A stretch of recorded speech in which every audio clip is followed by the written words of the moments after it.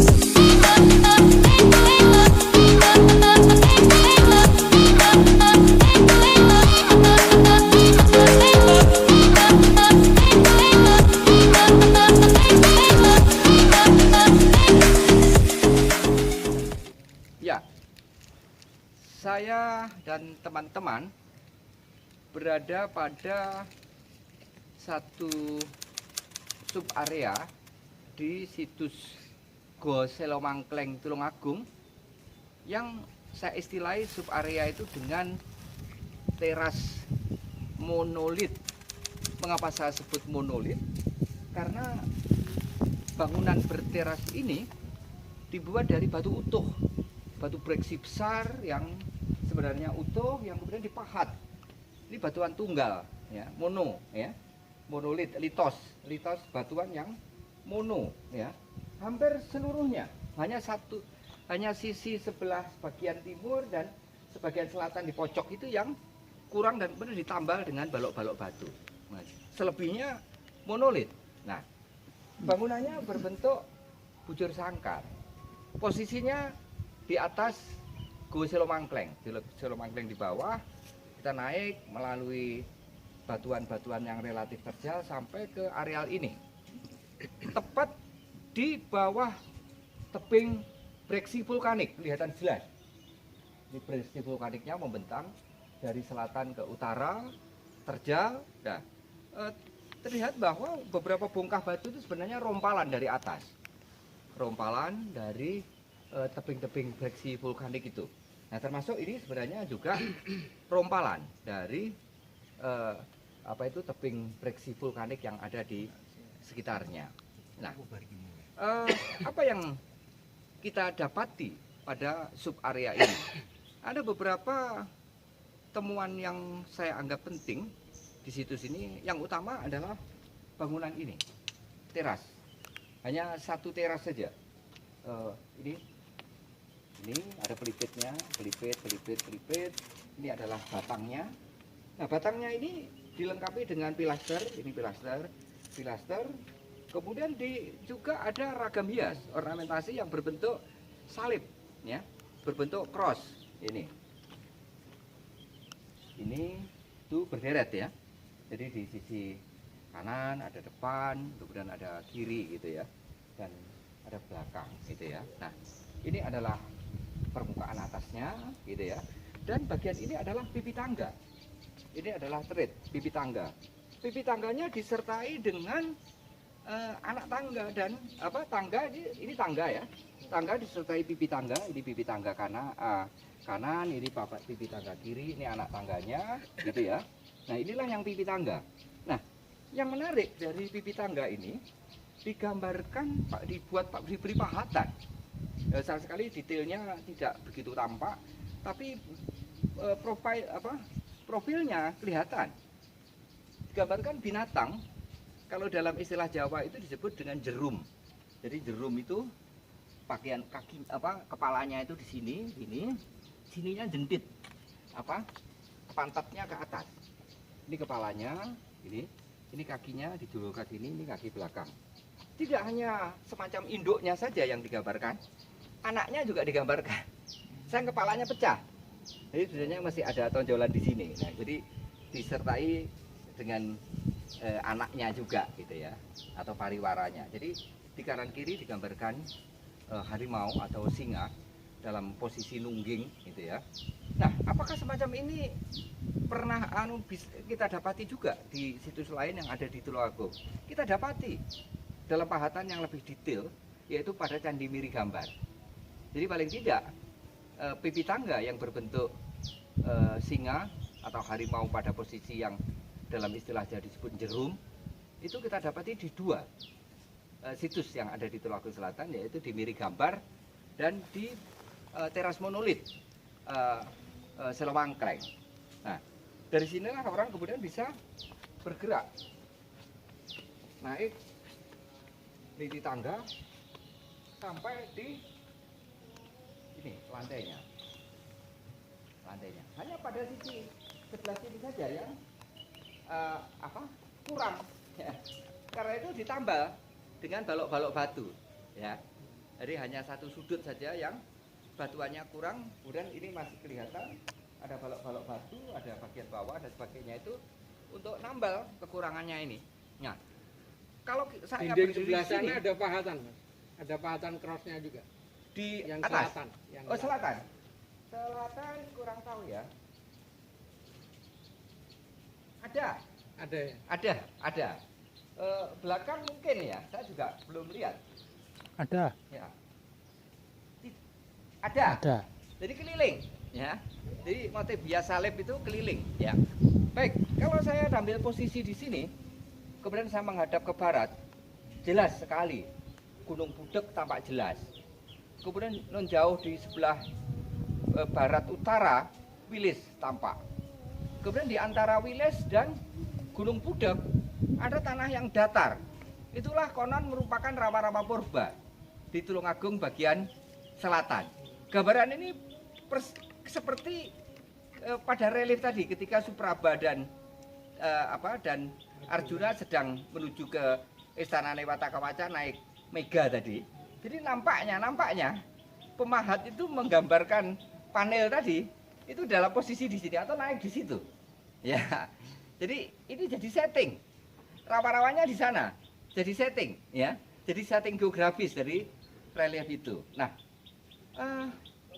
lalu kenapa jauh-jauh dibuat tinggalan yang ada di sini ya, yang ada di atas. Baik, sebenarnya dalam posisi dalam bertapa itu ada prosesi. Prosesi yang pertama itu adalah bagaimana orang memisahkan diri dari dunia ramai. Yang semula dia tinggal di keramaian, kemudian menyepi ya, di tempat yang sepi, itu Tulungagung Selatan ke tempat sepi itu. Daerah perbukitan yaitu Gunung Kapur, kemudian konon hutan, kemudian di seberang selatannya Brantas dan sebagainya. Ini adalah kawasan yang sepi ya, yang sunyi, di mana orang bisa menyepikan diri, manepi ya, manepi atau manyepi. Nah, kemudian tidak hanya berada di tempat yang sepi, tapi yang pertama itu masuk ke dalam satu ruang yang dibatasi oleh ruang, yaitu ruang gua, ceruk ya, ruang gua. Nah, ini makin membatasi, pandangannya dibatasi, pendengarannya dibatasi gitu, dan yang lain lagi dibatasi. Jadi bertapa itu sebenarnya adalah mengalihkan dari posisi ramai ke posisi sepi. Bertapa adalah mendiamkan, menonaktifkan untuk sementara beberapa panca indera yang lain.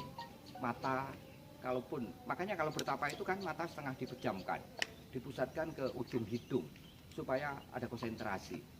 Telinga juga mulai dinonaktifkan. Nah, ini pada tahap yang pertama. Jadi membatasi fungsi-fungsi indera untuk memusatkan pada satu, yaitu pada hati nurani, pada kejiwaan. Nah, setelah bertapa selesai, kemudian untuk kontemplasi, maka pertapa itu dari ruang gua itu kemudian menuju ke titik yang lebih tinggi. Bisa saja dari ruang gua kemudian keluar sedikit, ada tangga naik ke atas bongkah batu di atas Gua Selomangkleng. Tapi bisa saja kemudian lebih jauh lagi meniti tebing-tebing batu sampai ke sini dan akhirnya di sini. Nah, inilah yang dikontraskan. Jadi jika semula inderanya dipersempit, maka di tempat inilah indera itu dibuka selebar-lebarnya, seluas-luasnya, memandang tanpa batas. Ya, ini untuk apa? Inilah yang di Islam itu dikatakan untuk menghayati kebesaran ilahi.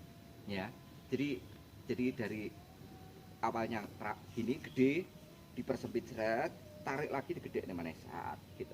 Nah, oleh karena itu tempat ini menjadi penting, dan ini bagian yang tak terpisahkan dengan bertapa. Jadi kalau bertapa itu di bagian yang awal, maka setelah bertapa selesai, maka kontemplasinya dengan mengambil titik tertentu, ya, titik tertinggi. Ini kan boleh dikatakan memang ada yang lebih tinggi, tapi ini sudah di atas dan orang sudah bisa memandang lepas tanpa batas. Nah, di tempat ini juga orang melakukan kegiatan-kegiatan ritual. Salah satu di antaranya ada altar, ada meja persajian yang di bawah itu, yang berpermukaan melingkar itu. Nah ini ada apa? Itu altar yang berbentuk melingkar. Juga dari bahan batu breksi vulkanik. Apakah altar melingkar semacam ini hanya didapati di tempat ini? Tidak. Kita juga mendapatkan di Sanggerahan. Persis bentuknya, ukurannya relatif sama. Itu adalah meja persajian. Jadi orang di sini juga melakukan ritual, tapi juga menghadirkan juga sesajian-sesajian tertentu. Nah, jadi ini memberikan gambaran kepada kita bahwa sesungguhnya Gua Selomangkleng Tulungagung itu merupakan satu kompleks arsitektur, kompleks arsitektur. Ada tempat pertapaan beserta reliefnya, beserta pahatan-pahatan yang ada di bongkah batu yang posisinya di bawah. Kemudian juga dilengkapi pula dengan ini, di bagian atas ada teras monolit, ya, teras monolit untuk kepentingan kontemplasi. Nah, kontemplasi sangat mungkin juga konon terdapat adanya tanggul-tanggul bata dan mungkin juga tempat-tempat tinggal dari para resi, ya. Kalau kita lihat, kita masih banyak mendapati pecahan dari gerabah-gerabah. Kita juga mendapati adanya balok-balok bata, ya, dalam ukuran yang besar. Oleh karena itu, di samping gua dan teras monolit, tentu pada masa lalu ada paling tidak tempat-tempat tempat-tempat tinggal yang semi permanen yang digunakan oleh para rohaniawan beserta perangkat kehidupannya, termasuk perangkat yang terbuat dari tanah liat. Nah, yang terakhir yang ingin saya katakan bahwa berkaitan dengan gua pertapaan, sebenarnya Tulungagung Selatan ini merupakan satu area yang kaya akan gua pertapaan. Selomangkleng itu hanyalah salah satu di antaranya.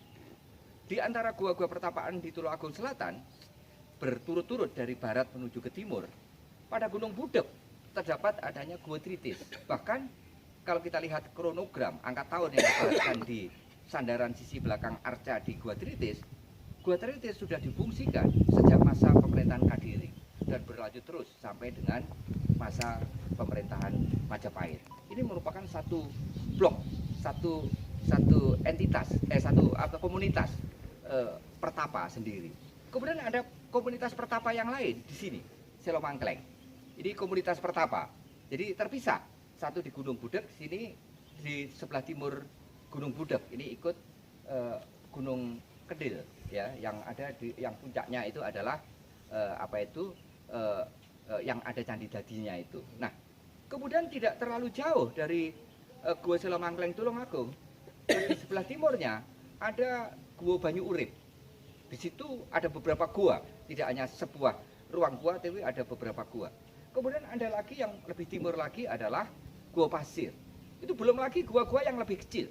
Dan sangat mungkin kalau kita eksplor ke sisi selatan dari rangkaian Wali Kukun ini atau di tempat-tempat lain yang di rangkaian Wali Kukun, boleh jadi masih ada sejumlah gua. Dilihat dari lubang gua yang sempat diidentifikasikan, paling tidak ada 16 atau 17 ruang gua yang ada di Tulungagung Selatan. Oleh karena itu, boleh dikatakan bahwa Tulungagung Selatan pada masa lalu itu merupakan kompleks pertapaan, merupakan suatu areal karsian yang luas, di mana orang melakukan kegiatan tapa, gitu ya. Mengapa Tulungagung Selatan dipilih? Karena Tulungagung Selatan dengan ekologi, dengan lingkungan berupa gunung kapur beserta hutan yang berada di sebelah timur areal rawa-rawa purba yang luas, ini merupakan tempat yang cocok untuk bertapa karena tempat ini adalah terpencil, karena tempat ini adalah sunyi, karena di tempat inilah orang bisa mengkonsentrasikan jiwanya untuk berhubungan dengan ilahinya, dengan dunia atas. Inilah kekayaan salah satu khasanah budaya yang ada di Tulungagung bagian selatan. Suatu saat kita akan menuju ke gua pertapaan yang lain, Tritis atau Gua Pasir. Pertanyaannya, Mas. Ya, apa? Bisa Ada tanya. pertanyaan? Dari pertapaan-pertapaan tadi ada Gua Tritis, di Gunung Budek, kemudian Selomangkleng di sini, kemudian di Candi Dadi. Itu masing-masing itu apakah semacam komunitas tersendiri yang dipimpin satu resi atau ada beberapa komunitas pindah-pindah gitu, Mas? Artinya ada beberapa komunitas suatu saat bertapa di sini, terus kemudian ada yang lain, komunitas yang lain bertapa di sini, atau dikuasai hanya satu resi, terus kemudian ada beberapa katakanlah yang berguru neng kene. Ya, kalau kita lihat ekologi luasnya, gua-gua yang saya sebut tadi yang ada belasan jumlahnya itu berada dalam satu entitas ekologis, yaitu Gunung Kapur Selatan, atau orang lebih menyebut secara lebih khusus ya, areal tertentu di Gunung Kapur Selatan ini adalah di perbukitan Wali Kukun ya. Antara kelompok gua satu dengan kelompok gua yang lain itu terpisah ya, terpisah jarak lebih dari 1 kilometer jaraknya. Ada yang 2, ada yang 2 lebih dan seterusnya. Oleh karena itu terbayang bahwa di masa lalu ada sejumlah komunitas pertapa. Katakanlah kita bisa menyebut komunitas pertapa Tritis, komunitas pertapa Selomangkleng, komunitas pertapa Banyu Urip, komunitas pertapa Gua Pasir dan seterusnya ya, dan seterusnya. Bahkan yang menarik perhatian kita, latar keagamaannya bisa berbeda ya. yang misalnya indikasi yang kita lihat di candi di Gua Selomangkleng dan Gua Tritis itu lebih ke Hindu dan lebih ke Hindu sekte Siwa. Tapi Gua Pasir bisa jadi itu adalah Mahayana Buddhisme atau paling tidak campuran antara Hindu dan Mahayana Buddhisme. Mengapa begitu? Karena komunitas keagamaan yang terdapat di Tulungagung Selatan tidak hanya Hindu saja, tapi juga ada Mahayana Buddhismenya. Candi-candi yang Mahayana Buddhis kita lihat misalnya Candi Sanggrahan, Candi Boyolangu, begitu juga beberapa artefak-artefak Buddhis juga sempat hadir di Tulungagung bagian selatan. Belum lagi komunitas keagamaan yang disebut dengan Karsian. Nah, jadi dengan demikian tergambar bahwa ada, kalau ini misalnya pekulon, ya masing-masing komplek pertapaan itu merupakan satu pekulon, ya, tempat untuk berguru atau tempat untuk paling tidak semacam tempat kerohanian, ya, tempat kegiatan rohani. Ada beberapa tempat kegiatan rohani, ya, dan masing-masing memiliki komunitas, masing-masing memiliki guru dan para siswanya sendiri-sendiri. Tapi yang menarik perhatian kita, mereka saling bertoleransi satu sama lain, dan bukan tidak mungkin pada saat-saat tertentu mereka juga berinteraksi satu sama lain. Beda agama, beda cara, tidak problem. Karena mereka berada di dalam satu areal, maka mereka menjalin hubungan sosial, keagamaan yang didasari pada asas toleransi satu sama lain. Kurang lebih begitu, Mas Hadi. Artinya bahwa konon Tulungagung bagian selatan ini merupakan apa yang kita sebut sebagai areal pembelajaran yang luas. Ini merupakan pajaran, tempat di mana orang belajar, termasuk belajar dalam hal kerohanian. Tulungagung Selatan pernah meninggalkan jejak peradabannya sebagai sentra pengajaran, sentra patapan, sentra kegiatan keagamaan lintas agama yang didasari oleh azas toleransi. Pertanyaan dari saya, Pak Dwi. Ya. Yang sebelah sisi utara itu relung guanya pertama kelihatan sekali lebih rendah dari yang relung selatan. Ya. Nah, yang relung utara kan ada beberapa panel relief.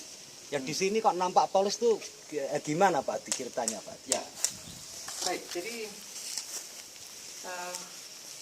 yang pertama posisi, ya, satu lebih rendah dari yang lain. Gua sisi utara lebih rendah dibandingkan gua sisi selatan. Kemudian yang kedua, sisi utara dilengkapi dengan pahatan, bahkan seluruh dindingnya, yaitu dengan relief cerita Arjuna Wiwaha. Sisi selatan selesai. Nah, ini yang kemudian menimbulkan pertanyaan, apakah belum selesai atau ada kesengajaan? Memang tidak dilengkapi dengan pahatan. Baik, kalau kita lihat posisi, satu lebih tinggi dari yang lain, maka yang lebih tinggi itu lebih suci dari yang lebih rendah, gitu ya. Karena kalau kita tarik garis itu tinggi suci, rendah kurang suci atau profan. Berarti kalau di sana rendah tinggi, ini menuju ke suci. Ini yang pertama. Kemudian yang kedua, ada satu konsepsi dari gradasi juga, dari rupa menuju arupa, ya, rupa menuju yang rendah itu rupa. Rupa artinya disertai dengan bentuk, bahkan detail-detail bentuk. Detail-detail bentuk itu bisa digambarkan juga dalam bentuk pahatan atau relief. Tapi di sini arupa, tanpa bentuk. Oleh karena itu boleh jadi begini. Ini bukan hanya dua gua, ini bukan hanya digunakan oleh kelompok yang berbeda, gitu, tapi juga terkait dengan tataran, terkait dengan prosesi. Jadi setelah orang bertapa di gua sisi utara yang pertama, kemudian melanjutkan perjalanan rohaninya, ya, menuju ke tempat yang lebih tinggi, dari rupa menuju ke arupa di gua ini, ya, di gua sisi selatan. Kemudian setelah dari gua sisi selatan, perjalanan rohaninya ditarik ke lebih tinggi lagi, naik ke atas. Ya, itu kan ada tangga yang di Lewat tangga tadi. kan ke atas ini, ke atas bongkah batu ini. Jadi di atas bongkah batu. Tidak selesai di situ. Kemudian turun lagi, naik lagi ke lebih tinggi lagi ke teras monolit, ya, yang lebih atas lagi. Jadi jika dirangkai, ya, gua pertama, gua kedua, kemudian bagian atas dari bongkah batu ini sampai ke teras monolit, maka menggambarkan satu perjalanan rohani, ya, satu fase-fase dari perjalanan rohani yang dilakukan oleh pertapa di masa lalu. Jadi kemungkinannya begitu, ya. Jadi sekali lagi, mengapa ini polos dan tanpa relief, yang di gua pertama relief itu kemungkinannya memang unfinished, jadi belum selesai seluruhnya. Maunya ini juga dilengkapi relief, tapi belum jadi dilengkapi relief, tapi sudah berhenti kegiatan pembuatan guanya. Tapi kemungkinan yang kedua bukan itu, karena memang suatu kesengajaan. Sengaja di sini dibuat tanpa relief, arupa, sengaja ditinggikan dari gua yang pertama. Kalaupun ini dibuat sama tingginya sebenarnya mungkin saja, tapi mengapa lebih tinggikan? Saya kira kok itu, Mas Iko. Nggih. Terima kasih Pak Dwi. Nggih. Demikianlah perjalanan kita dengan Pak Dwi Cahyono ke Gua Selo Mangkleng Tulungagung dengan penjelasannya yang sangat jelas dan menarik. Demikian, terima kasih. Itu Mas.